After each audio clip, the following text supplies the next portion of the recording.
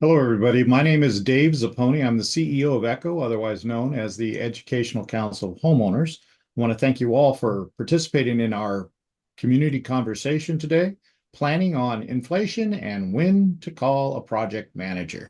ECHO is a 51-year-old statewide nonprofit association established to support HOA board members and engaged homeowners. Our mission is to foster a better quality of life in community associations through education, advocacy, and connections. For today's event, we have a few housekeeping items. These are now displayed on your screen. This slide deck was sent out to all registered attendees prior to today's meeting. Please take a moment and review the housekeeping items. Today, we have a large audience of HOA board members. We will do our best to answer your questions, but we may run out of time. At the prerogative of the presenters, they may answer questions during the presentation or only during the Q&A feature, Q&A session at the end of the webinar. We will answer as many questions as possible. In addition to the live Q&A session, I will answer some questions via text in the Q&A feature during the presentation.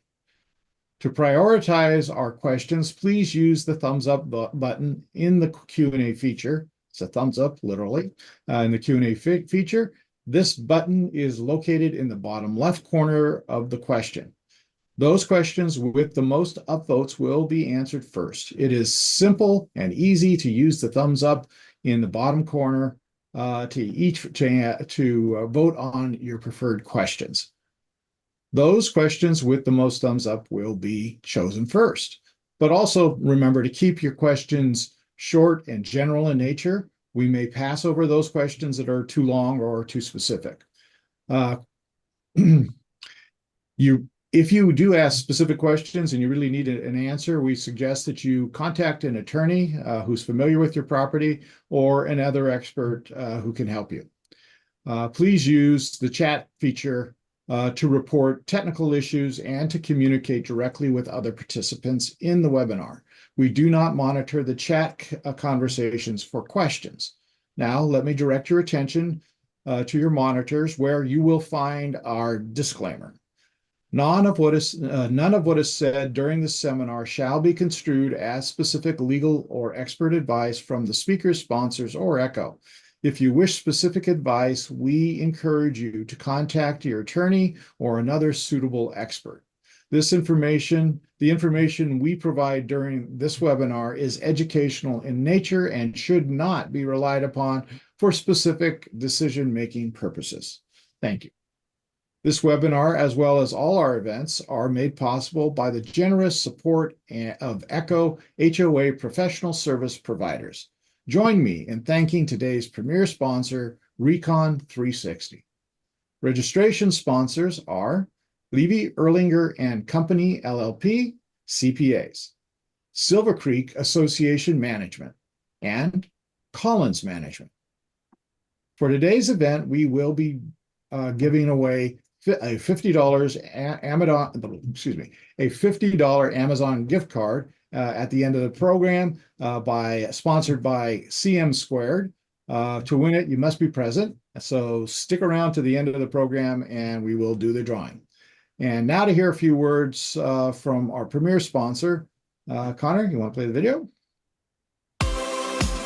This is an exciting opportunity because, like I say, it's a new facade of construction. You know, being a part of it, it's rewarding. We prioritize our culture. That's our number one priority here at Recon 360. And I think that is, at the end of the day, why clients choose us, is because they see that. And when you're choosing to work with us, you're choosing to be a part of that family.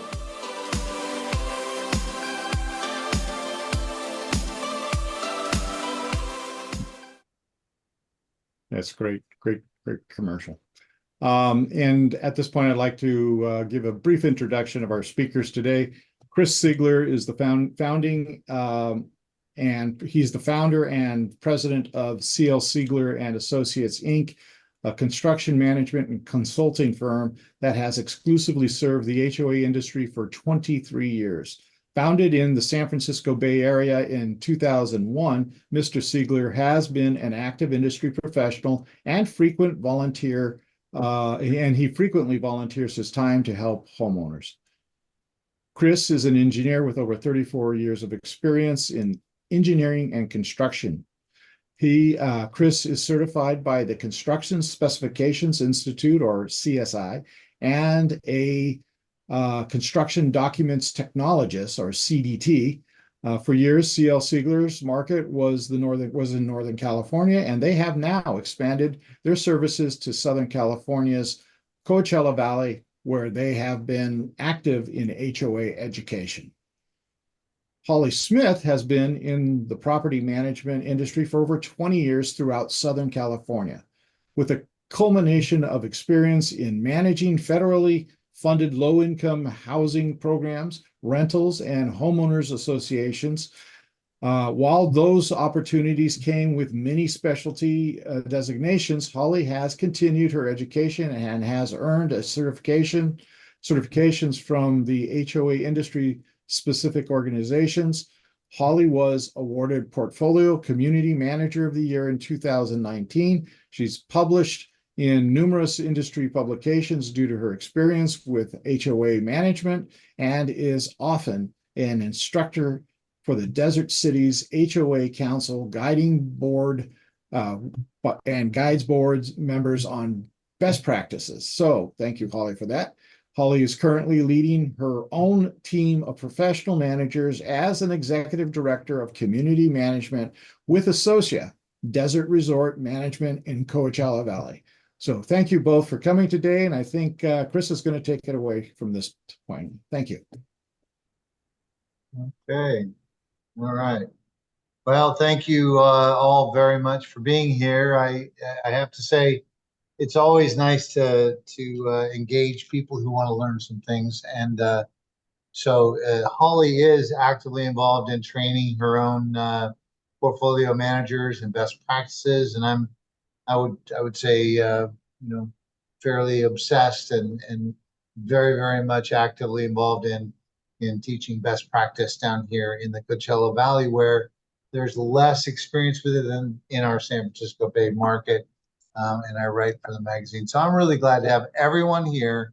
You all want some education and some information, and by golly, we're going to give you as much as we can today. One of the key things, as this slide here says, is that some of these things should not be tried internally. People do things on their own all the time, but there are times where you really should reach out for some help. We're going to talk about what that help is and try not to have you do things on your own or assign them to people who are let's just say less able to do so effectively. So with that said, I'm going to talk about various things today. Holly and I are going to cover a number of topics. We've done some presentations together for a few different organizations, but we're going to talk about inflation, just like the topic says. The world has changed. It's 2020. I always joke and say, hey, let's do a calendar check, man. It's 2024, man. There are a lot of things going on. There are new laws. We're going to talk about the new laws a little bit. We're going to talk about your resources so that you're not left on an island to just figure stuff out. And you've got various resources, and I think it's very, very important that you use those resources. And it doesn't always translate into extra expense. It just seems like it up front, but in the end, you end up winning. So types of projects that really should have some professional help for a project manager, what exactly that project manager should do to make your lives easier as board members.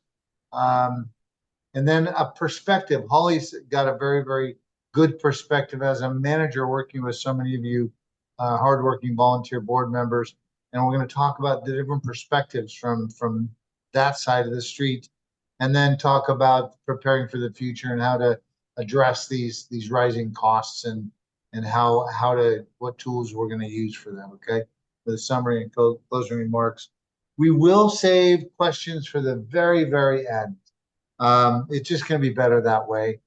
So please put them in the Q&A or I think he said Q&A, not chat. And we will address every one of your questions with time allowing. Okay. So, too many words on this slide, too many words. But I'm going to kind of go through them. First of all, inflation has hit us all, personally, professionally, right? You go to the grocery store, it's terrible. You go online, you're doing a little shopping, it's terrible. Um, and it really kind of is a leftover from COVID, right? I mean, COVID really changed us because the supply chains got messed up, and then some pricing just stuck.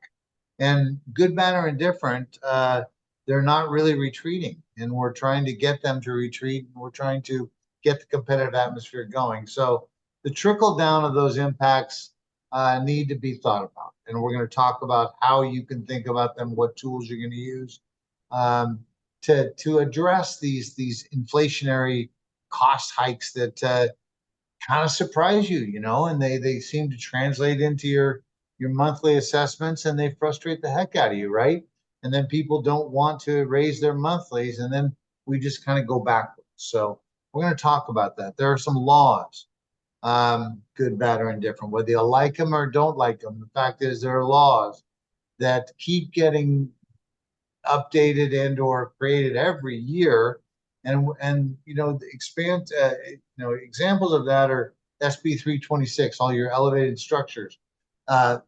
It's creating work in some cases that is necessary and deferred, but it's time to address safety in that way. And then there's especially in California, there are turf laws that are talking about functional turf and trying to reduce the amount of water impact, things like that. There are election laws. There's lots of examples of laws that are impacting you and costing money, and they're part of the inflationary cycle that are kind of hurting some of us. And we're going to talk about some angles around it, right? Your reserve analyst is a key player in this. I've got a thing. I don't do reserve studies, but we sure participate in them so that we can prepare folks for what's lying ahead. So the reserve study isn't something that's just another document. It really should be looked at, and therefore you can reach out for your service providers, your contractors, your maintenance people, and kind of get some adjustments to those and give that feedback to your reserve analyst. Okay, so it's important. Kind of translates into why you need some professional help. Okay, so some of the laws, let's see. Basically, we addressed some of them just now. And as a matter of fact, Holly, do you have anything to say about how some of these are impacting some of your clients, some of your boards that you're dealing with? I'm going to basically say all of them are impacting us in one way or the other. We have a lot of green spaces down here that are going to need conversion. Of course, solar is a big thing and trying to get the EV charging. The elevated structures, there's a lot of associations who still haven't even done their inspections yet, let alone looked at even repairs. So we're going to be trudging through some very difficult situations in the next coming years. Yeah, thank you very much. Yeah, there are more coming, right? There are more laws coming, and those legislators, being an SB 326 follower, I will tell you that legislators should not be writing laws about our structures. But we're getting through it, and we're getting some of those things done. So, Holly, tell us who you reach out to in general, who you have your boards in touch with regard to resources. I think you're the perfect one to talk about all the resources that exist. I usually turn around and use, my project manager, someone like Chris Ziegler, to work through my projects. We definitely look to our attorneys to make sure that we are doing everything the appropriate way. We've got our company, thankfully, has a lot of internal resources for our boards, for banking and for CD investments and things like that. So, and then just other partners with, if I need a paint person, I go specifically to a paint rep because they're the person who can tell me all about the different paints. Yep. Okay, good. So, this is really, really important. You really should be making phone calls to folks. For example, let's say that you've been having pool equipment issues. Reach out to your pool people and say, hey, can we look forward? Just look further forward. And that's what a project manager, which is the part of this topic, can help you with, is to think what's ahead of us. And sometimes that's going to require, and we'll talk about the types of projects, a designer, an architect, or an engineer, or a project manager. Very, very important. For on the paint side, it's important to understand what people do. So the manufacturer representatives, sometimes they'll go out and they'll get you a little specification and work scope and bring in some painters. That's important to do, is to bring in, if it's just a paint job and no repairs are needed, you may or may not need a project manager, but it's important to not have the fox watching the hen house. We talk about that all the time. And so the manufacturer's representatives are not going to manage the project for you. So that's important for you to know really what they do. I think they're most useful to help get the right products on board, deal with special circumstances, and then bring in appropriate people to bid your work, but they're not going to manage your project. So that's something to consider, especially if there are some repairs that are paired with that. And I'll tell you what, using your resources of the people that you normally do business with is very, very important. But we've got to create a competitive playing field, and so it's important to reach out and kind of see, how people are doing and whether they're a suitable contractor or a business partner to price out your stuff. But most importantly, when you're dealing with money, talk to your bankers, and if you might need an assessment or a loan. Very, very important. Reach out early. See what your feasibilities are. Talk to your attorney. Very important. Always use your attorney. People say, oh, they cost too much. Well, it's important to get the risk protection that you're talking about. So now, in putting together a project and using independent help, there are some really, really big benefits. Now, people many times say, when we talk about this, well, they think it's too expensive to get a project manager. Well, actually, it saves a lot of money in the end, because things get a little out of control when you don't have a professional who knows what you're facing in terms of a project. When you don't have somebody watching the store, costs can unravel. So it's important to have a controlling point. So the way to do that is starting by writing a work scope and getting a spec written before the project is bid. Okay. It's very, very important to tell people what you want. Don't just say, we want bids to re-roof. Don't just say, we want bids to repair our balconies. General stuff is going to create a real mess in terms of getting people to interpret what you really need. So to write a work scope and have specifications of exactly what you want, very, very important to keeping costs and inflationary impacts under control. Very, very important. Creating an RFP, a written request for proposal, is very, very important, so that you can get equal bids. So many people get bids, and Holly's going to talk about this a little bit, about how they're not equal. They're not the same. So you just go for the low bid many times. Not a good idea.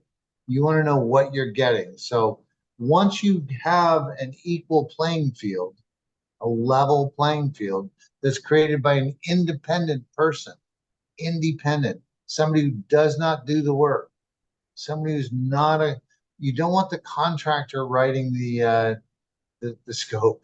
It's just not a good idea, because they've got one idea and it may be for their own purposes. That doesn't mean that everyone's out for themselves, but it means that that's nature. That's the way nature is. People say, hey, we're good at doing this. Let's recommend these things that we're good at, right? That's just part of life. So to have an independent spec that tells these people what you truly need and have exactly the same thing bid is a very, very key element to controlling costs and counteracting some of these increased costs. Okay, very, very important. So once you know these things and you get bids on a level playing field, you can then put together a real project budget. And the budget isn't just what the contractor or the maintenance person or whatever is going to charge. It may involve some other ancillary costs. It may be that what you're doing is that you're going to be having other costs for legal fees. You might even have extra management costs if it's a really, really heavy burden in terms of interaction with the community.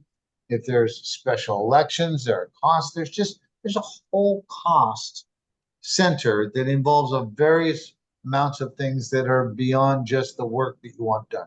So getting a full project is important so you're not caught with, call it, your pants down, a little upside down. Okay. So you can get that by getting a project manager on board and getting it all centralized. Okay. And from there, then when the work is happening that you're going to have quality control. You're going to centralize communications so you're not having Joe and Jill and Bobby over here all giving different answers that may not all match up. You want to centralize everything. It's very, very important. Okay. Then, of course, you keep all the documents in one place as well. It's very, very important. Okay. So we're going to talk a little bit about different projects that really should have a project manager or should have one considered. Okay. And I keep saying on these 3 slides, and Holly, is this where I was going to have, was I going to have you go through these? Yes, I was actually supposed to do the previous slide. Okay, so why don't you tell people the types of projects then, sorry for taking your thunder on that, about the types of projects that you indeed would reach out for help from an independent. Let's see. So decayed wood, as you see there is an example in the corner of some decayed wood and a decayed beam, which is a project that actually Chris worked on with me. They can go through, they conduct the wood survey, pinpoint all the wood that needs to be replaced or what could be repaired. Because sometimes if you just send out a contractor to say, take a look and see what we need to do, they may either tell you need to replace more than you need to repair. So again, that third party working for the association is going to be able to do a very independent study of what really needs to be replaced or what can really be repaired. Repainting to help the ensure consistency throughout the project. Waterproofing.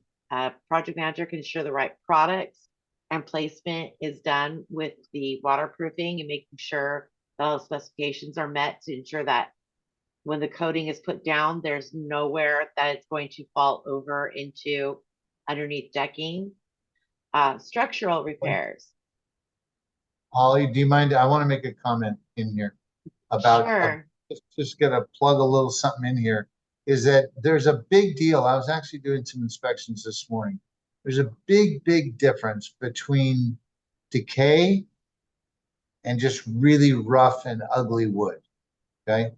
This is part of what Holly was talking about, is that to have an independent look at it. For example, what I was looking at this morning, I will tell you, is that many people would say, oh, that's got to be replaced. And it really, if I knock on it with my knife, solid as a rock, it just is, it's what we call checked. There's a lot of grain coming out of it. It looks like it's just dead, like it's just really screwed up. But in fact, it's solid and it's just ugly. So there's a big difference. This smart aleck way I put it is big difference between ugly and decay. And that's something that an independent can really do in a more cost-effective way instead of just replacing a bunch of stuff like Holly was. Okay, Mhm. thank you for letting me plug that in there, Paul. Yeah. A good example would be structural repairs. Not all project managers are structural engineers, but you don't always need a structural engineer. But if you did, they would know when the time would be to reach out to a structural engineer. They probably have the resources as to who would be the best fits for the different types of projects. Um, so they will assist in making sure the plans are submitted to the city and permits are issued. And this is a big thing that a lot of associations don't do, is check to make sure that their projects need permits. Sometimes you might see a bid that might uh, exclude permits. So a lot of boards think, oh, well, maybe we don't need that. But you're going to want to make sure the project manager is going to make sure that what needs to be permitted is done. And that just protects the association at that point. Siding and stucco claddings. Again, there's, making sure that the right specs are created, make sure the quality of the work is done, and the repairs are consistent within the property. So, someone having to do the texturizing, you're not going to get a big lump here and another big lump there, and then it's smooth over here. They're going to go through and make sure that the contractor stays consistent throughout the project. Thank you. I'll make one other comment about the permit thing. Thank you so much for mentioning permits, because I don't specifically say so on this slide. But Hall, so many board members, and hence, everyone else involved from management to contractors are going without permits. And I can tell you that that is just a really, really, really bad idea. One of the reasons you really should look at permits is not only to be in accordance with the law, because the local laws and ordinances say that you need a permit for X, Y, and Z, right?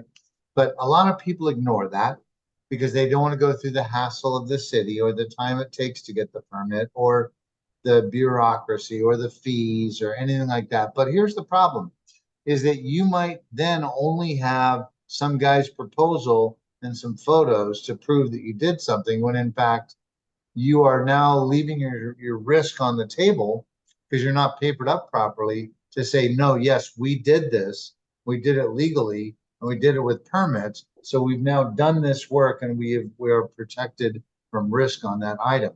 So very, very important is actually an administrative risk, a piece of risk protection that I think really needs to be considered. And you shouldn't really shuffle aside permits. Very, very important. Okay.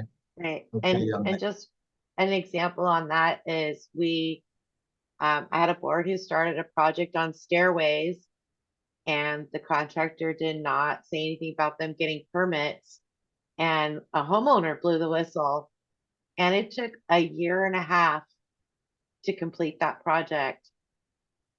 When it finally got to the city and we went through the permitting, it was a year and a half. So it delayed the project. And if we had gone about it the correct way the first time, it would have been done in a third of that time. So you want to make sure you're doing things correctly. Can I also predict that maybe it even costs, we're talking about inflation, that it Oh, costs more money oh yeah, it did cost a lot more money. because of the time? Yep. Another thing that you're going to want to do is get a project manager for your SB 326 balcony inspections. I'm going to tell you, inspectors are not created equal. And while Sigler in this case is not a stamping engineer, he does bring all the pieces together to ensure that the reports are done to the state specifications. He makes sure that the correct amount of balconies and walkways are inspected. Make sure that all the documentation is in place. I know we have actually sent him numerous reports to look at, because just because they're the cheapest people doesn't mean that they're the best to perform these inspections. We've had too many companies pop up over the last couple of years saying that they're going to do an inspection and they're doing it for a fraction of the cost. and we're finding out that they're not recorded with the requirements, they're not creating a large enough selection of the balconies. Then they go to the other extreme where inspectors are marking many balconies and walkways as being dangerous, costing the association upfront money to shore up what they consider as safety hazards, and then finding out that they really didn't actually need to do any of that. The knowledge that the PMs will bring to your inspections is going to be invaluable, making sure that you are getting the best value for your money. And again, yes, it may cost you more in the long run, but it's going to save you money on the backside from wondering, was my inspection good enough? Do I need a second opinion? Did we wind up having to do more work than was necessary? Or maybe you wind up having someone who isn't inspecting well enough and you could still wind up having safety issues. So you want to be really careful on who you're picking for these SP 3026 inspections. Roofing. Oh, I'm gonna make, before you go on to roofing, I'll just say one thing is that, word to the wise, independence is very, very important. yeah. There are a lot of conflicts of interest, people who actually have a stake in the results of those mandated inspections. And it's important to have that you hire an engineer or project manager or somebody that's independent that does not perform the work, so that you don't end up with these concepts where either they don't care and they don't do a thorough enough job, or they go the other way and they create work that is not necessary. Sometimes you know, I'm handed a report and there are stains in the framing cavity, and the report says that they've got to replace the entire the entire, you know, balcony surface up above and re-waterproof everything, when a stain actually indicates that you have a stain, just has a stain, and that it could be active, it could be inactive, it could be something happening now, or it might have already been sealed. So it's important that you have an independent person, may it be you know, your engineer or an architect, or project manager. Anybody that's independent that does not perform the work is who you should be performing those mandated new law inspections. Very, very important that there not be a contractor that's doing that and leading that charge, because they have a stake in the result. And sometimes that ends up being a little wonky. So anyway, thank you. That's right. And if you do feel that you don't have any other options but people who make the repairs, be very specific and upfront with them that we're here to use you as our inspectors only, that they would not be the ones placing any bid for repairs. That would be about the only other way you could really truly protect yourself to ensure that it remains as a non-partial third party. So then Okay. lastly, we have roofing. You think the roofing, do what, Chris? No, go ahead. I Okay. too fast. So we would think roofing is a fairly basic maintenance need, but again, you're leaving bidders to their opinions of what may or may not be done. Obviously, we as managers or you as a board member are most likely not going to be climbing on roofs to do inspections or see the condition of the roofs. So because of that, you're going to want a third party person, someone like Chris, who's going to get on that roof with your roofers, walk the property, create the spec of work, to make sure that you are protecting probably one of the largest assets of your association if you're in charge of the roofing for your complex. So, Yep.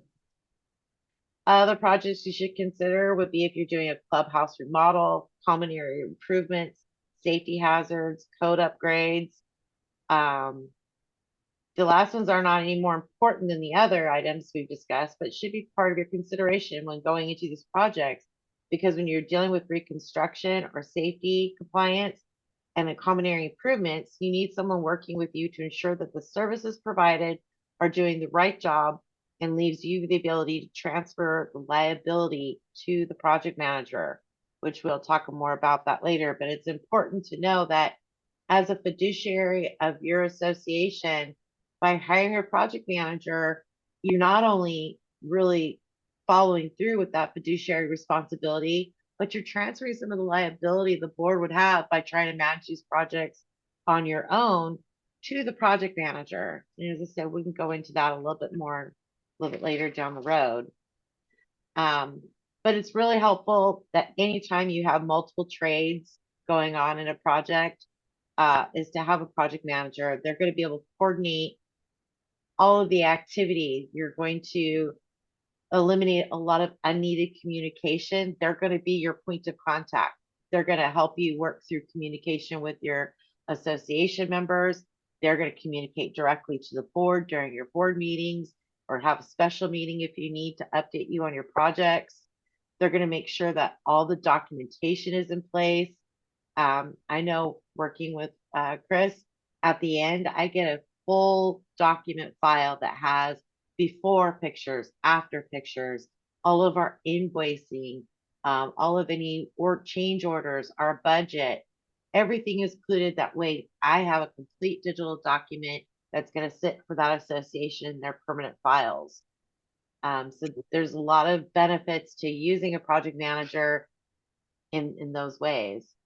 Okay, so to get this whole thing started, Holly, like if you were to tell your board what the steps are, let's go through these. Let's say what's the process from step 1 to step 5 to get things started. This is the pre-construction.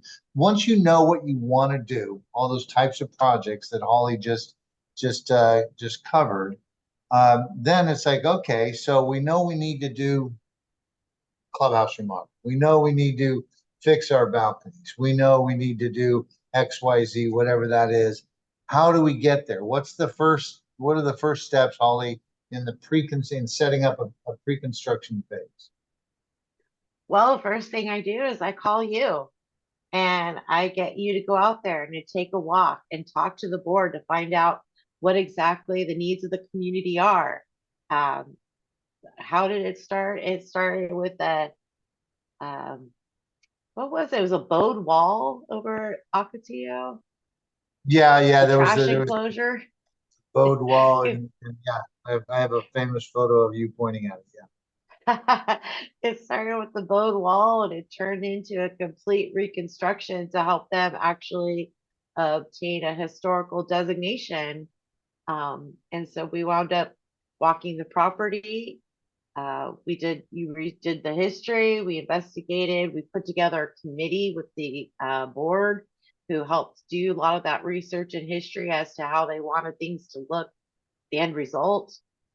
You did the preparation, the scope of work, the specifications, you wrote up the RFPs, you did the bid walks with all of the vendors I shouldn't say vendors, the business partners. You collected the bids, making sure that they were apples to apples. You analyzed everything. You presented your findings to the board. They asked their questions. You completed a complete project budget. So they knew in the end what the budget was going to include everything that was on the proposal. It included contingencies. It included management costs. It included legal fees so that all the contracts were reviewed before they were signed. And then you kept permit fees. Don't forget permit fees. Oh, permit fees. Yeah, absolutely. And it included your fees for each phase for doing all the paperwork. Then it started with overseeing the actual project and the work done, which I'm going to say people that was a huge helpful thing. We had one of our business partners who won the painting bid, who was trying to take corners. And because, Sigler gets up on the roofs and he looks at everything in detail, he caught that, which is something that we probably as a manager or a board member would have never known until 2 or 3 years later. We finally see that the wood we thought was repaired was going bad again. So it's so important that those details are covered in your project management. Okay, now, if you don't mind, just kind of a quick little summary to just get everything started. It's like these steps is, first of all, get your help. I mean, I'm gonna like really summarize them. Get your help. May it be your paint manufacturer's rep, may it be your project manager, may it be your engineer, etc. Look into what the heck really needs to be done. Now, that's why it has to be an independent person, because if many times if you ask a guy who does certain things and they do it well, they're going to want to do all of those on your site, but they may not be necessary, right? So really have an independent, they research really what you really need, right? Independently. And then that person, and you keep talking about me, it's, there's many different professionals, may they be architects or engineers or project managers, somebody leading the charge to prepare that work scope so that you can get competitive bids that are equal. Really important, because otherwise you just hand somebody something, they're having to interpret, right? Really trying to interpret what you really need. It's almost like they're trying to translate what you told them in a very basic way into what they think, right? Well, that's why you need the independent consultant, no matter what type it is. Certainly isn't always certainly isn't always Sigler. There are plenty of people who can run that charge, but somebody to manage all of that is very important, so that you have that single person who created the scope, and then we'll get the pricing. Okay. So that's how you solicit the bidders and bids and all of that. But it's very important for the board members out there to remember that this is your project. This is your money. This is your complex. This is your community. This is your association. This is your fiduciary duty. So your independent consultant, no matter what type it is, that's going to manage this work, needs to give you enough information transparently, very important to communicate and be transparent, so that you can make an informed decision. The decisions are always the board members' duty, and a project manager, no matter what type or who they are, doesn't make the decisions.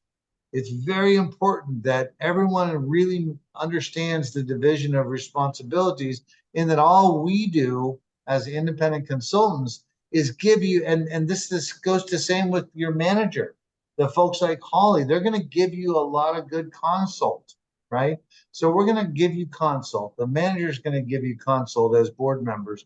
And then the board has to confer and make their decisions about what they really want to do. And you can just hope that there's unity, which is sometimes challenging, right?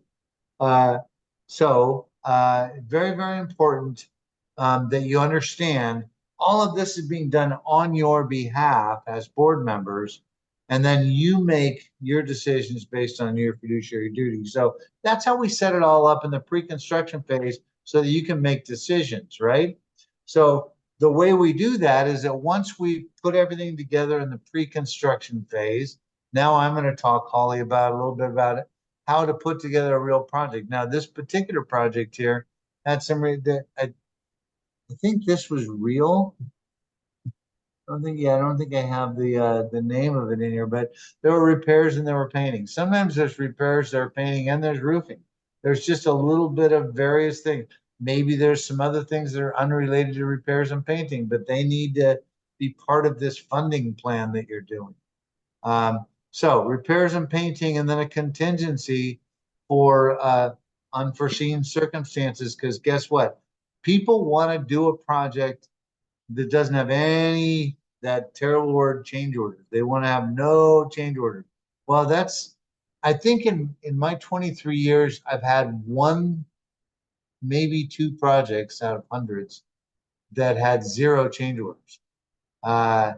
It was like a roof project where there was no decay, there were no changes, and the spec was just what it all went. So there was zero change orders, but really you're always going to need a contingency. Very important. And it's not 10%, it's not 15%, it's Some project managers will put a percentage in there. To me, that's a little too random. I think it has to go based on what that consultant saw when they were out preparing the construction documents or the repair documents or the maintenance documents. When they were putting that together, what's their feel? Is this place pretty, has got some underlying stuff? And usually if you have the right experts involved, you know, they'll be able to kind of work from the gut and say, no, we're going to need to beef this up a little bit, right?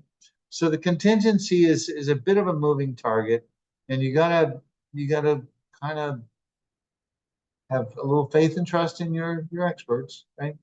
About what that contingency should be. Construction manager, project management, whatever it is, there's got to be a fee in there.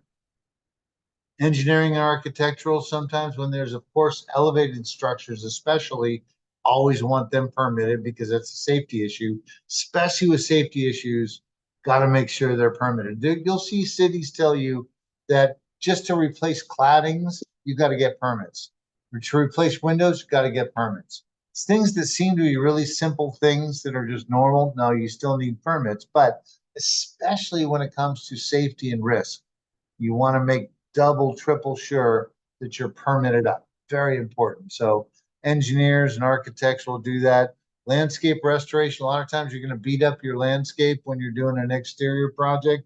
You need a little money to pretty it up when you're done. Always throw that in there. Permits. Oh, this was in Palm Springs. Okay, so it's in the Coachella Valley. Permits, and then all we want to have legal or management fees or both in there. And then you've got a full budget. That's the full budget. That's the marker that you as a board and your project manager should have. And this is all based on, this has taken into account, to go back to the topic today, that includes inflation and project management, because this, by getting the bids and getting them current, okay, based on today's pricing, we've now counteracted the inflationary costs. We now know that what the repairs are going to cost current day based on inflation, current material costs, current labor, current insurance. All these inflationary things are they're built in to these numbers. That's why a budget is very, very important, because it's going to take into account the current inflationary impacts that you've had. Okay, very, very important. So that's how a budget is going to help you. Okay, now once you have a budget, well, as a matter of fact, let me go back to, so now you got a budget. This particular job was $923,000. Okay, in the desert, let me tell you right now, that is a gigantic project. In a metropolitan area, not as gigantic of a project, but it's still a ton of money, right? I mean, it's a ton of money, and your project manager has done everything they could to keep a lid on this, right? And your manager has joined in to do the same. Anything we can to keep it in a box. That's the point of this. Keep it in a box. Don't let it unravel, right? So keeping it in a box, you got the budget. It's got all the current costs in there. Very, very important stuff. But now that you know how much that is, you got to figure out, and we're not talking about the funding models, because that's an entirely different discussion. I'm actually doing a presentation at a CAI luncheon next week about funding infrastructure type projects as well, because now you got to figure out whether you're going to do a special assessment or get a loan, or whether in fact you are duly reserved for these, which would be fantastic, right? I've just found that because of inflation, because of COVID, because of internal political pressures, you don't usually have enough money reserved. It's very rare that I've found in my time, a couple decades, where people, hey, you know what? We've reserved just as much as you need, for this project, right? Holly, have you seen any that are like fully reserved like that for projects like this? Oh, you're muted. You're muted. Oops. I've seen a couple of associations that are around the 80 percentile for reserve funding. But I've never seen anyone 100%. And Yeah. not many would be able to afford a project like that without emptying out their entire reserve account. Many times what I find is that people will take, let's say that for this project, they certainly didn't they reserved some for painting, they reserved some for some repairs, but not nearly this amount, which was 400 plus $1,000. They certainly didn't put in their reserve study anything for contingencies or hopefully they did for project management. Good reserve analysts many times do. You know, all these other miscellaneous costs, they don't have this much. So they'll contribute a certain amount, let's say 300,000 bucks. So they need 623,000 bucks. So are they going to do a special assessment or get a loan? And that's where you need your legal help. Got to get your legal help, got to get your bank representatives, get all those people involved, because now you've got your other aspect of the inflationary cycle, and that is what are the interest rates? What's all that going to go on? So very important. So now that you know how you're going to fund it, let's pretend as though all of that went just perfectly and everybody was on board waiting for the special assessment, or everybody's like, yeah, let's get a loan and it'll just affect our monthlies. Whatever the case may be, you're funded. Okay, let's pretend, we'll play a little pretend that you're funded. So the first thing you do, now you got to get into contracts. You can't sign contracts for any of that stuff until you know you have the money to do it. No attorney will let you sign a contract if you don't have the money, right? So very, very important. This is the four corners of your agreement. So it's very important. Another reason why a project manager is going to help you in the pre-construction phase, they're going to help work with your attorney.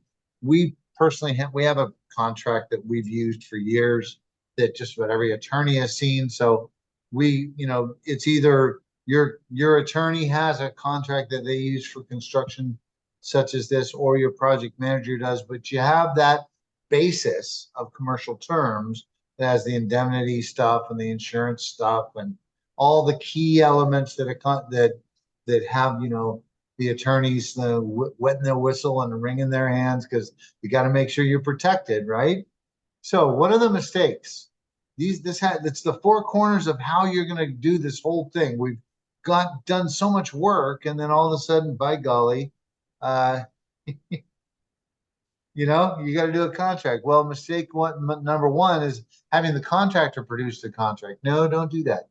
Don't do that, because it's got to have you guys in mind, and the contractor generally will not have a bunch of HOA super friendly items in there. So you want it to be fair to the contractor, but fair to the association with the right insurance indemnity. So don't have the contractor produce the contract, present a contract, okay? To make sure that that scope of work is defined clearly. That's the second mistake it's made, is that it's not got a clear scope of work. Sometimes boards will not get legal review. They don't want to spend $1,500, 2,000, 1,000, whatever the case may be, for legal review. Big problem. Always have them review. Always review contracts with legal. Always. Don't skip that step. Very important. And then the most important thing is having indemnity and insurance provisions that make you guys additionally insured and indemnify you against some silly things that could happen, right? So it's very important. The contract is very important, and wanted to cover that. So the duty of a project manager during construction. This is, you know, Holly, you kind of talked about some of this already. You jumped a little ahead on us, but that's okay. I'll just quickly run through this for the sake of time. Communications, central point of communications, very, very important. Be very transparent. Make sure people know what's going on. Very important. The community, you want the community to buy in. So the board wants to be clear with everybody about what's going on. Have the project manager as the first point of contact. You don't want to be having the board answer questions. You don't want management answering questions. You want all the questions being answered by the head of the project, right? That's central point of communication is your project manager. Okay. It'll create consistency. Okay. And then during the work, you want to have somebody looking at the work to make sure it was actually done the way it was specified and requested. Very important. Have a lot of photographs taken, have a good documentation of it. You see, since I'm a soccer guy, I had to throw that in there. It's like being the captain, right? It's like the guy's taking the coin toss in a football game. But this is my soccer in there, okay? During construction, contract administration, just make sure that the budget's being managed, the schedule's being managed, invoicing is not getting ahead or behind, that you're getting lien releases, all of those things. The project manager should administratively follow that for you so that management or the board doesn't have to assign a layperson to do these kind of inner workings of a project, right? Communicating progress. Do you want to give updates? You want to have updates to the community? You want to have updates to the board? All of that, and then just make sure that everything is really well documented. So that's what should happen during the project, is that leadership continues. Okay, and I've got this little graphic down here that says the art of communication is the language of leadership. Very, very important. I have been accused of being an over communicator, and my theory there is, well, people know if the email is too long, they know where the delete button is, right? They can file it away, or if they don't, they can't say that I didn't give them information. If we communicate stuff, they can filter through it. So we usually give that through the board, and you board members then will distribute it as you see fit. But it's really important to be during these needs where money is inflation had to be compensated for, budgeting had to be done, contracts needed to be done. Very important to stay transparent. Very, very important. Okay. So here we go. Holly, tell them what your experience has been working with boards on repair projects and how they get handled. Oh, well, usually my experience is a board will say, hey, we need to do a project, repair something on the carports. Okay. So that typically means I need to go out, take pictures. I'll call a vendor, probably one of my favorite people that I like, and have them go out and take a look at it, see what the pricing is. It's usually a little more than $1,500. I go and get a couple more bids, present it to the board, and they go, we need more information. So no decisions are made at that next board meeting, and we go out, we ask the questions, and it waits till the next board meeting to get looked at and decided on and voted on. That's kind of the typical, sometimes what happens. Now, obviously, I know better, and depending on the task, I will actually ask for a lot more specific information, but I have a feeling a lot of you may be experiencing just that. We have a need, and you think the manager can handle everything. We know a little about a lot, but we don't know everything, and we do need some specifications, and we need a lot of direction from our board. So it's really important, and it's really great that you guys are attending these types of seminars, so you now know the questions to ask of your manager, asking them to get the scope.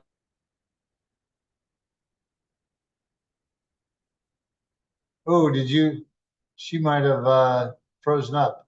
Holly, can you hear me? Yeah, it looks like she froze up. Okay. All right. Holly, I don't know if you can hear, but you froze up. You may need to restart, but we are going to kind of need to keep this thing moving. So I can see that she's completely frozen. I'll take over for her. Basically, in general, what we end up having are not equal scopes. When you try to do it internally, is that one guy's going to bid for a whole thing and the other for a lesser thing. So it's important to get equal scopes when you do it on your own. Things like that can happen. Okay. Looks like Holly's going to have to restart. Yeah. Okay. So the importance of using professional advisors. We've burned that pretty strong here. So you should not rely upon volunteer laypersons or managers or HOA board members, you really should try to avoid that as best you can. I think she's coming back now. Okay. Just because we're getting into where we need to do Q&A here pretty soon. Hi, Holly, you just made it back. Yeah. I just kind of, yeah, you're muted, but I'll finish this up because we are running a little short on time and I want to get to Q&A here. So in general, when do you need a construction project manager? When you want to minimize risk, when they transcend just normal maintenance, when you want to get competitive bids for a really important and well-defined scope, okay? When you've been doing little repairs and it's just eating your budget alive, you really need to get some help, okay? All right. Reserve studies, very, very important. I'm not gonna go deep into this, but I'm gonna tell you, you should stay involved in your reserve study and talk to that reserve analyst about rising costs and inflation and how that would impact it, because ends up being that where I'm going to tell you that the reserve analyst gets a little unpopular because he jacked up some costs, but inflation is real. Okay. Inflation is real. So it's important that you get involved, but not micromanage your reserve study. Okay. Very, very important. Now let's move on to.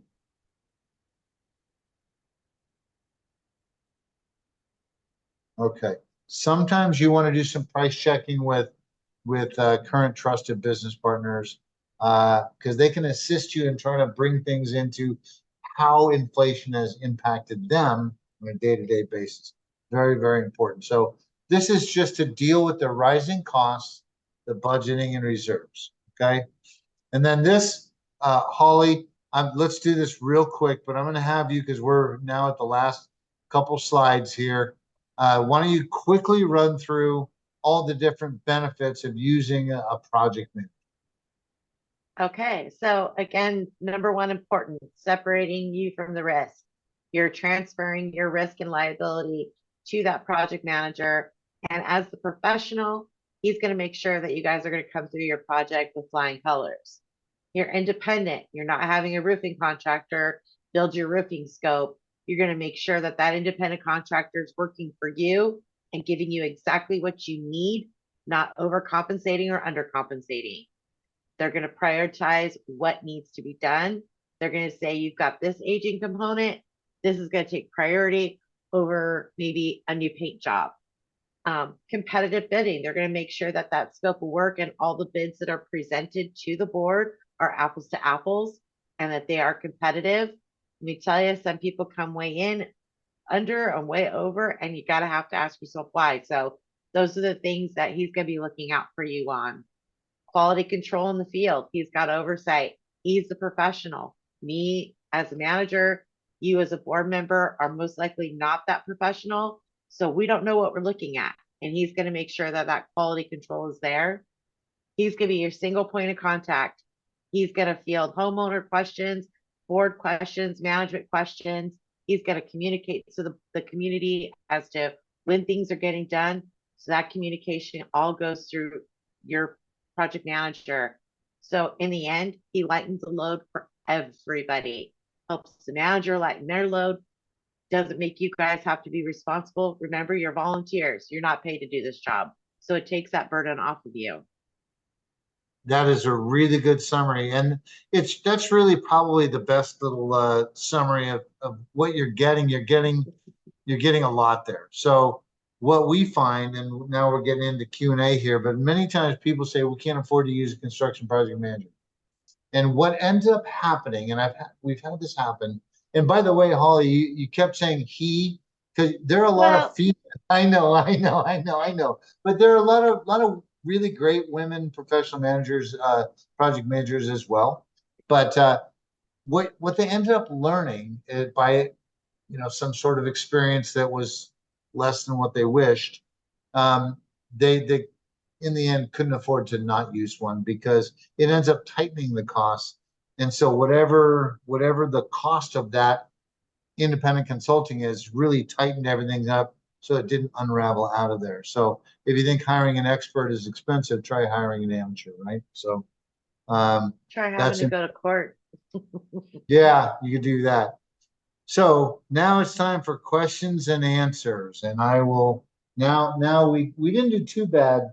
Yeah, I see it's 2:07, so it wasn't too bad, but I think 2 o'clock was your aim. So Not too bad. So thank you so much, Chris and Holly, for your presentation. So now we're going into the Q&A phase. It's brought to us by Recon 360. We want to say thank you to Recon 360 for their participation and support of this ongoing educational program. So thank you, Recon 360. Also, if you wouldn't mind, I put into the chat a couple times. Put your questions in the Q&A feature, please, if you have questions. Also, if you could vote, if you go to your, I think it's under the reaction button down on the bottom there, it says raise hand or somewhere. Go to thumbs up and actually it's the bottom left corner of the question, and just hit that little icon if you think it's a good question. So I'm going to give you a couple minutes to do that, and we'll start off with just a sort of a conversation, a softball to you both. Is there a level at which a project, it doesn't really make sense to have a project manager? At what level in terms of dollars or type of project? okay, actually, yeah, it's a good question. I don't think dollar is the deciding factor, although I would say that whenever you're dealing with, tens of thousands of dollars, it's not a bad idea to get some professional help. So I've always said, when you're transcending 25 to 50 grand, you probably should start looking at getting professional help. However, I would say it has more to do with complexity. Like, let's say that there are a couple different things going on that'll interact with each other. That's where it gets a little bit more complicated, and it would be a good idea. It has more to do with the complexity of the work and the technical nature of the work as opposed to the dollar value, but they both kind of relate. Make sense? Okay, well, that sounds good. We do have a couple questions up here, and what I'm going to ask or advise you two about, Holly and Chris, is that in your if you look at the Q&A feature up in the right corner, there is a little caret, and it'll say most recent or it'll say most upvotes. And you should hit the caret. If you're in most recents, it should be you should switch it to most upvotes. Okay, just hitting the caret. And that way you can be right on with me. So the first question we have is what approximate cost is it for a project manager? How much does it cost for a project manager? What are we talking about in terms of percentage of budget? Yeah, that's tricky because there are so many different models that different people use. There isn't just a general cost. Some people, when there's a percentage applied to whatever the project costs, we will charge X percent. From my view, that implies that the bigger the project, the more the project manager gets. And so we don't do it that way. We base it on time. Mm-hmm. So if the project's going to go for a year, we figure out our time for a year and how many people internally would be working on that. A percentage is a bad idea to sign up for, because that does imply that the project manager has a small stake in making it bigger. There's an implication. Doesn't mean it's true, but that's the case. But I would say that if you were to guess, it ranges. Big projects maybe 5%, and little projects could be as much as 10 to 15%. I mean, if you were to work it in that range, which isn't how everybody does it, but that is something that is a boilerplate that you could maybe use is large things 5%, tiny things like 15. You see what I'm saying? In that Yeah, in that window. Yeah. It's yeah, and so there are two models that you're you're presenting here. One is a percentage, but that's going to be based on an estimation of time anyway. So there's percentage, and then there are hours that you spend against the project. Is that correct? Yes. Okay, so you have those two different things that you're looking at. And I think that is and can be a bit of a challenge for a lot of folks. And I Yeah, think I will say complications.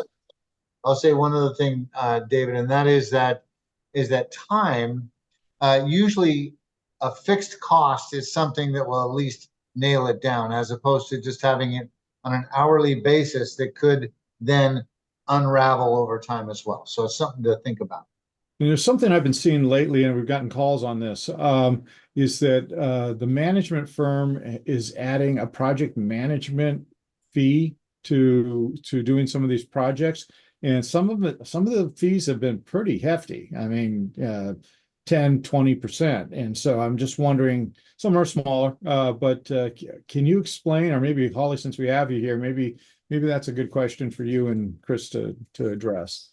You know what I'm talking about in terms of these additional costs that we're seeing? From the property management companies. Yes. Yeah, so especially with our company, Associa, anything that's beyond the normal scope of our contract, which is, usually regular work orders, doing our monthly walks, doing the meetings, financial management, does have an hourly fee. And so anytime that, like, let's just say a project that Chris and I did work on together, anything extra that I had to assist on to do that project was charged at an hourly rate. But in my case, it was very minimal because I had a project manager. So those costs were reduced for the association. But if the association wants me to manage a certain project and go extra out to the site to meet with vendors and go extra to do anything, those are at hourly costs. So the manager of the association could be the project manager as well, is what you're saying? We don't want to be, and that's not an ideal situation. But if there's, let's just say a project that we know is not really going to need a project manager, but I still have to go out there and do a walk with the business partners, those are going to be extra fees. I don't know how every company does it.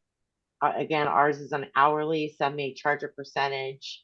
Mhm. They're going to be different, but Yeah. that would be beyond our normal management scope. Yeah. Okay. So basically, if it's beyond your normal management, you will charge an extra fee, which makes sense, actually. Yeah. The manager that I am referring to was up in the Bay Area, and they were charging 9% on I think it was a $3.4 million project, which was a lot of money that they had to pay Yeah. extra. So, okay, so let's move on. And thank you, Hans, for the questions. Those were really good. And let's see, Patricia, let me see. I'm going to read yours really quick from Richard K. Tips on selecting the best PM. And do you have the best construction manager and project manager? They're the same thing, right? Yeah. Project managers can be various disciplines. Construction managers like construction consultant, but there are other disciplines that can act as project managers as well. So yeah, they're interchangeable. Yes. But you Okay. also want to be careful too, because some companies will provide, quote, a project manager to oversee maybe their people. That doesn't mean that they're a non-partial third party. They're still working for the company you hired. So they may have their own project manager that'll work in conjunction with yours to ensure that everything's being done correctly, but don't confuse that as an independent third party. Okay, and so tips on getting a project manager. Patricia adds a little bit. I'm going to read these. Wouldn't selecting a project manager also need to be licensed and certified in a particular area, so that you have to be licensed and certified if you're a project manager? I also am interested in strategies for selecting a PM, as the argument seems to be that contractors act as their own natural or nature in their own nature, so need control.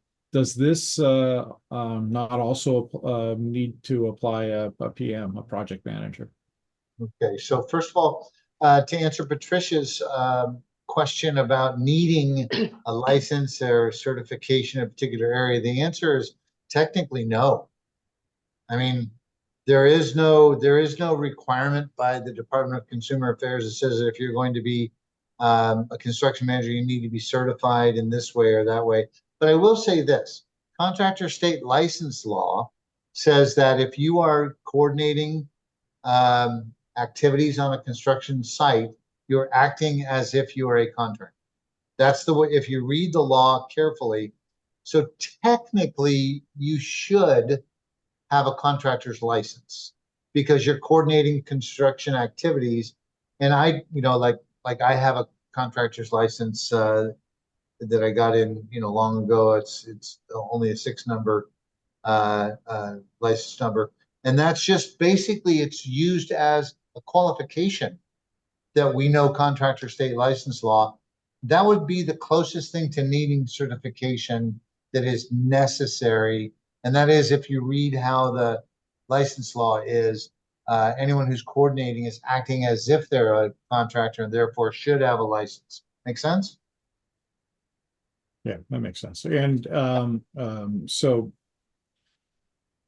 I would say to Patricia and to others is that if they have if you're looking for a specific functional area, ask them for certifications, ask them for what they do have, and use that as one of the metrics you use to find and select your expert. I certainly would look at experience level, and then find out who they work for and give people over there a call. I mean, there's a lot of ways you can find out whether somebody's doing a good job or not. And certifications are, of course, a good step, but not everybody's certified, not everybody's licensed, and you need to ask those questions. Now, I do want to make a comment about the project manager for the contractor, because contractors will have project managers and they'll have superintendents and all of that. And a construction manager or a project manager should work with the contractor's project manager. Their project manager is supposed to manage their internal affairs, who's moving where and when and why and all of that, and reporting to us, the HOA.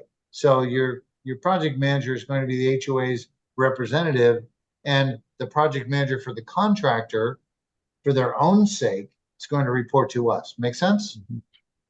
I also, I want to paraphrase Hans Wu's follow-on question here, is that he's saying that by the nature of a contractor, they need to have some oversight because you need somebody with expertise to watch them.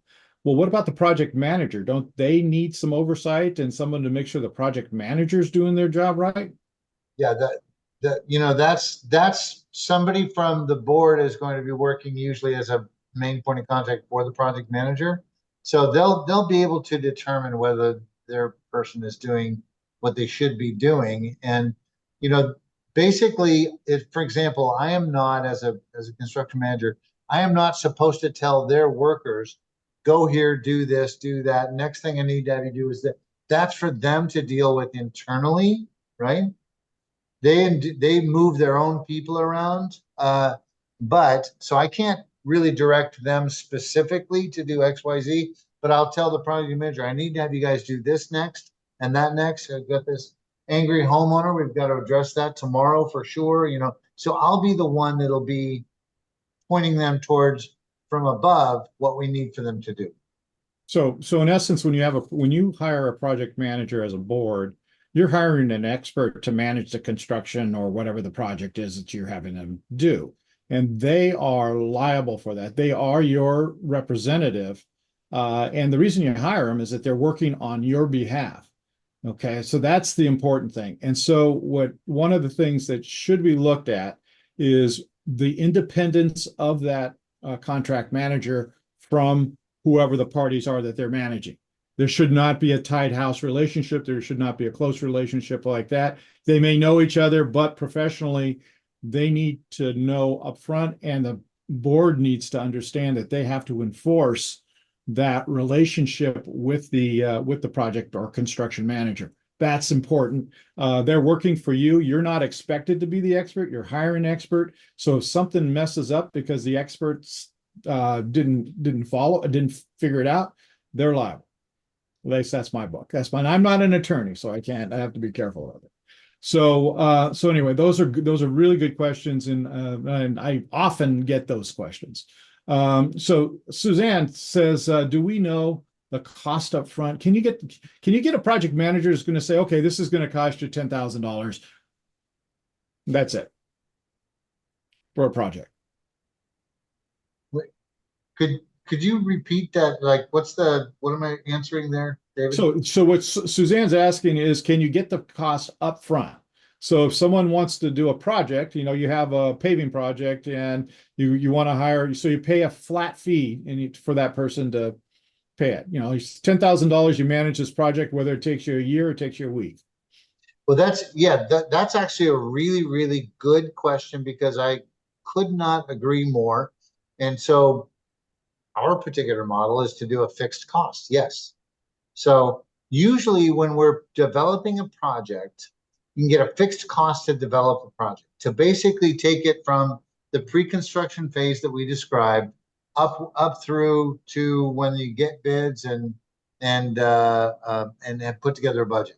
So that you should be able to nail down and know exactly what it's going to cost to take you to the point where you know exactly what you're going to do and for how much money. Okay, that's easy to do a fixed cost. What you can't really get a cost up front on is for the construction management portion, because you don't know what the project is yet.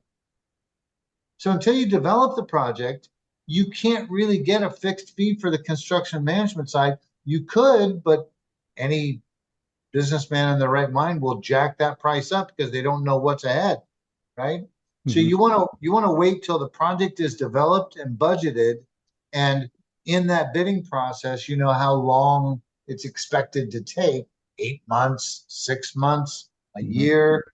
And then you'll be able to, in that budget, when you're funding the project, then you'll know a fixed fee for construction management. But you'll have a fixed fee for developing the project. And then once you get bids and know what your agreed upon work scope is, because you may say, we want to do this and this and this and this, but we had to delete out that because it's just too much money. So that's why you don't want to get the construction management cost up front, because they're going to aim for everything you were wanting to do, but there may not be the ability to do all of that. And so you already agreed to a really high price for construction management, but you're not going to do 2 or 3 of those things. So that's not a good idea.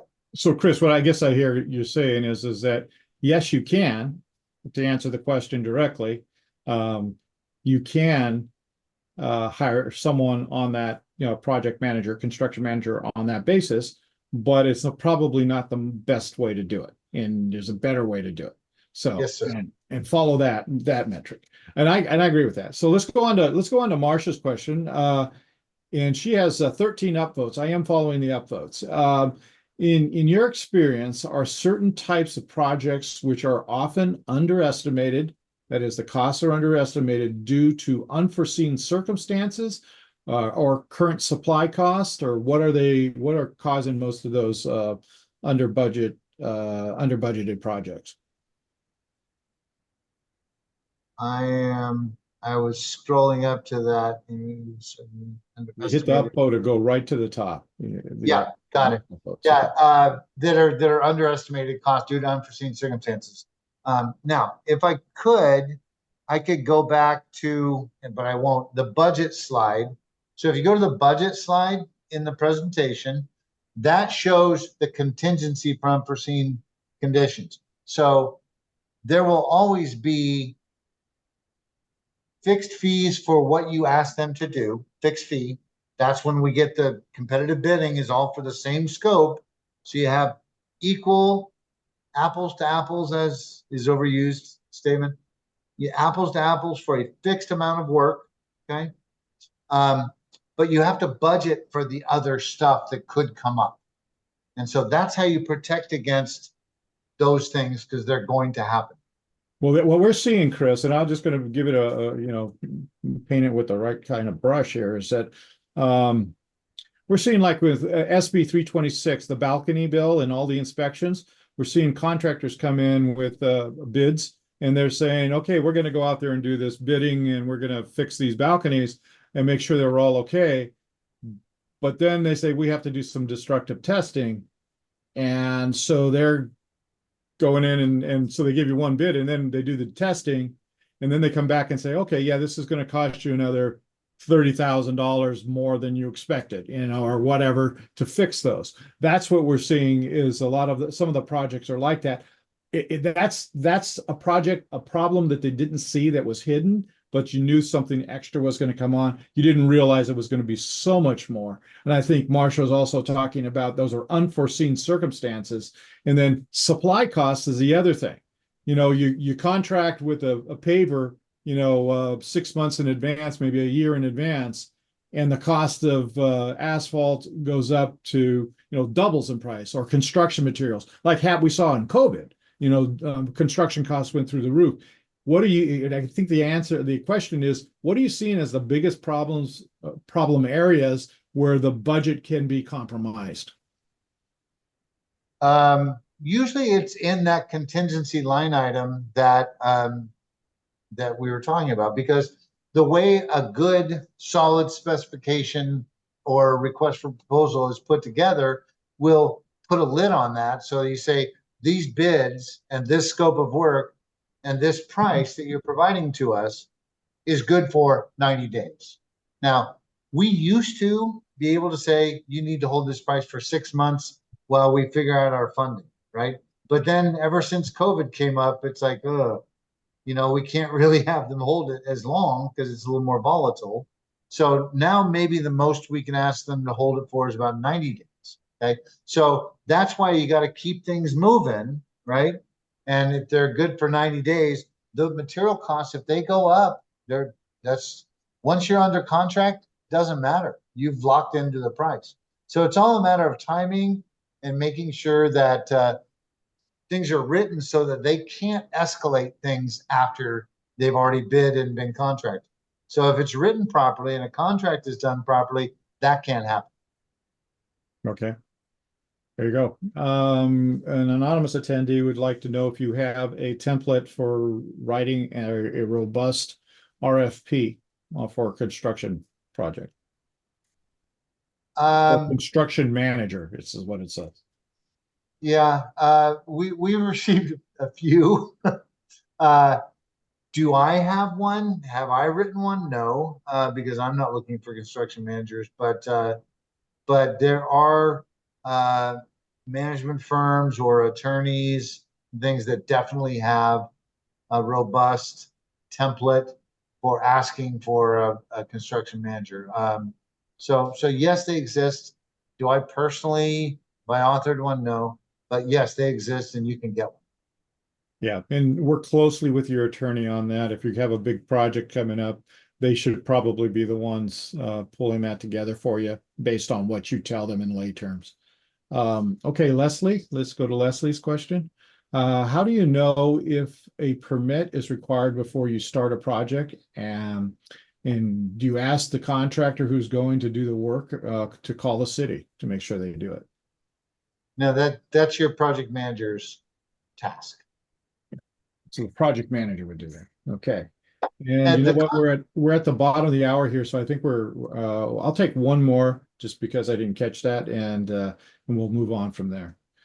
Becky Bender, 5 people ask, how can we find a good project manager? Well, that's a loaded question, right?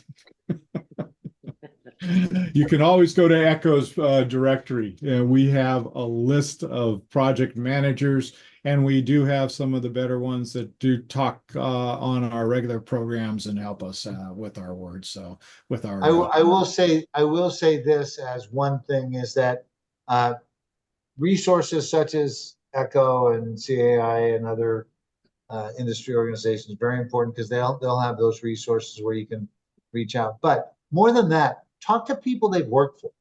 Talk to not just one or two, not like, well, if you get 4 references, it's actually not even fair, because they're going to choose their 4 favorite people or something, or their 4 best friends or whatever. So get a long list of people they've worked for and talk to them. Talk to other board members and say, hey, you were a board member. You worked for these guys. Did they do what they said they were going to do? Calling references is the best way to do it, in my opinion. Okay, well, I want to say thank you to Holly and thank you to Chris for being here today. We're going to go into our closing remarks and want to thank everybody for participating today.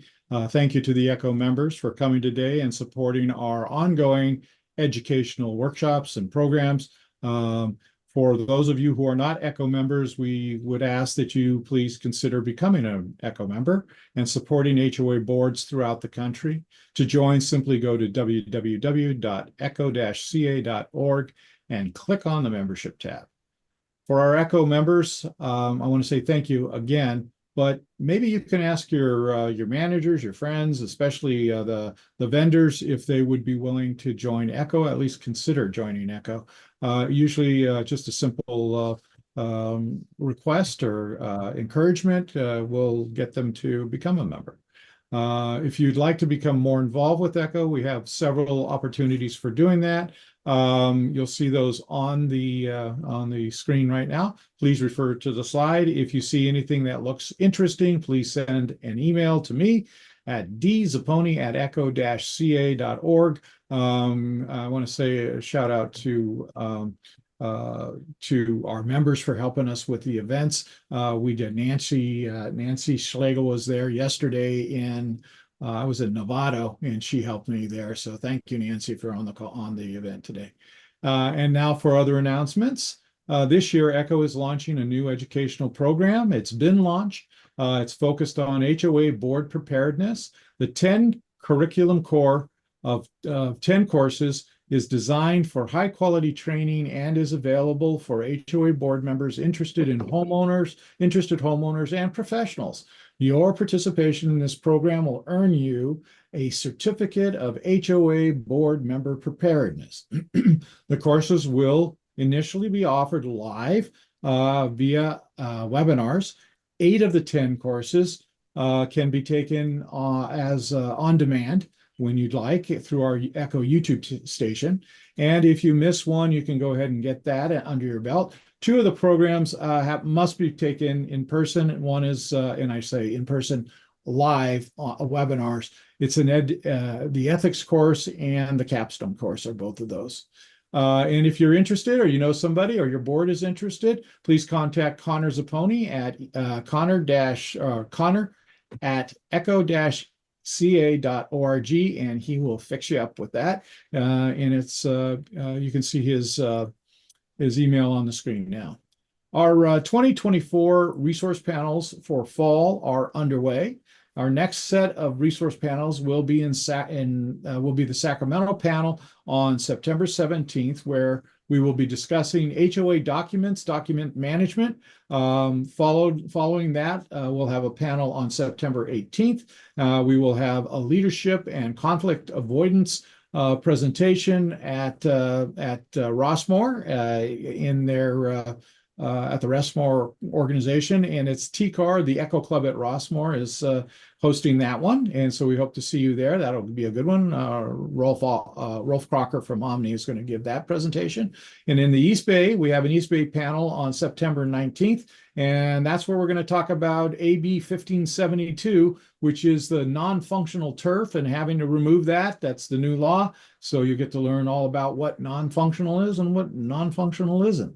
So East Bay Mud is going to give us that presentation. They'll also talk about water conservation and balancing certain types of conservation, fire protection, etc., with the water requirements that you have for your community. So we look forward to seeing that and seeing you there. ECHO is also planning two remaining larger events in 2024. One, once again, and we want to thank you to all, and these two are on October 5th. We're going to have one down here in Southern California at Laguna Hills Community Center. We hope to see you all here if you can make it. It'll be a lot of fun. It's going to be from, I think, 9 to 1:30 or 2 o'clock, I believe, 2 o'clock. And the one in Rossmore, same time frame, November 16th It's going to, again, that one will have about six, both of them have about 6 presenters and going to be covering a whole lot of different topics. The November 16th one in Walnut Creek is also going to be simulcast. So if you're not in the area and you want to tune in, you can do that and hear the presentations. We will have also vendor booths, and we'll have a mini expo. So if you would like to meet the vendors in person, I know that's, I think it's sold out. We're trying to get more space, but I think our vendor tabletops have already been sold. So should be a good event. We'll look forward to seeing you there. Once again, I want to say thank you to Chris and to Holly as well for their presentations today and the work they put into that. It's very much appreciated. And of course, I want to say thank you to all of you for attending today and making this a successful event. ECHO appreciates your investment in education to foster a better quality of life in HOA communities.